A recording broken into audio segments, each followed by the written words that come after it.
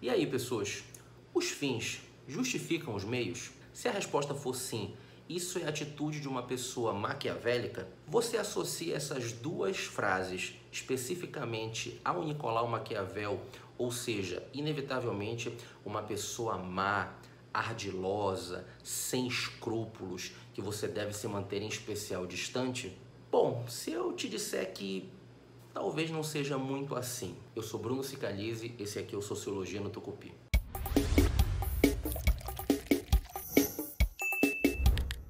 Pessoas, o assunto agora é sobre política.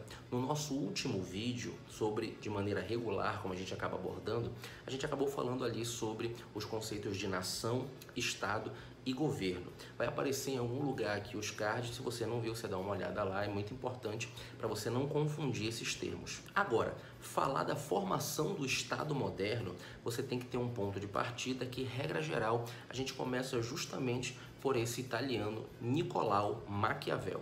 O Maquiavel, ele é um teórico com, enfim, grandes teóricos são um objeto de debate muito grande, justamente por conta de várias interpretações.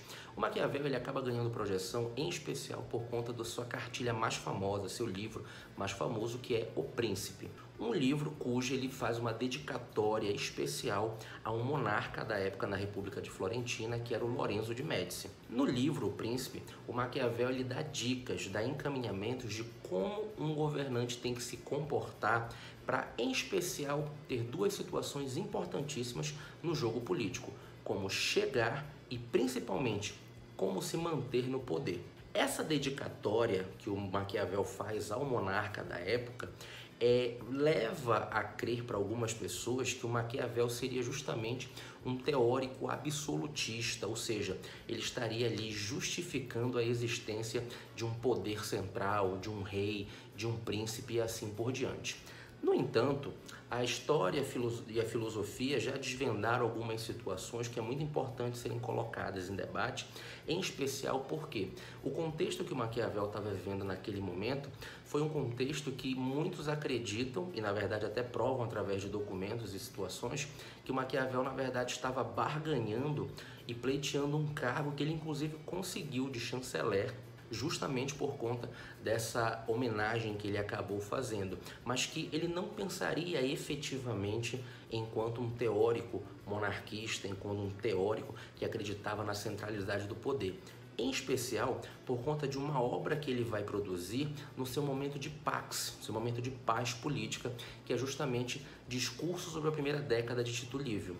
Nessa obra, bem mais volumosa, o Maquiavel já não faz uma dedicatória a monarcas especificamente, ele faz uma dedicatória aos seus amigos, que tem uma origem humilde, uma origem popular. E na obra, o Maquiavel ele é muito enfático, inclusive com algumas coisas que vão de contra ao próprio pensamento de centralização do poder. Quando você centraliza o poder, que na verdade ele estava produzindo num período em que estava em voga ainda, de certa maneira, e muitos resquícios sobre a monarquia e assim por diante, ele está falando justamente no seu livro Discurso sobre a Primeira Década de Tito Livio da importância da divergência que você conseguiria encontrar no povo e que um governante ele deveria ficar atento a isso. Então você vê ali um pensamento republicano na verdade do Maquiavel. Portanto, ele é um objeto de divergências gigantescas entre os teóricos políticos por conta disso. Alguns chegam a dizer que você consegue ter dezenas de interpretações sobre o Maquiavel. O fato é que todos conseguem reconhecer o grande ponto de virada que o Maquiavel é para a política, em especial porque você vinha de um regime e de crença política muito ligada e misturada à religião. A Igreja Católica era a instituição mais forte que você tinha no período chamado de Idade Média, e falar de política era falar de religião. Você misturava as situações, até porque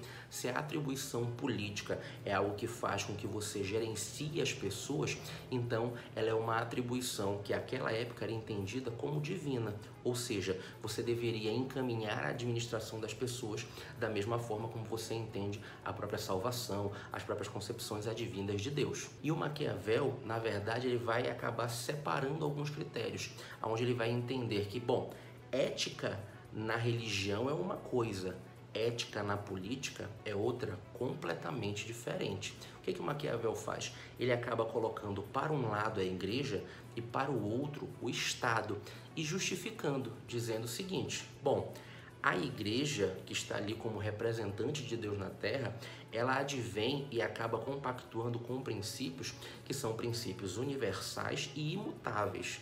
Agora, a política que é dada através do Estado, ela não pode ser imutável, em especial porque ela é feita por seres humanos.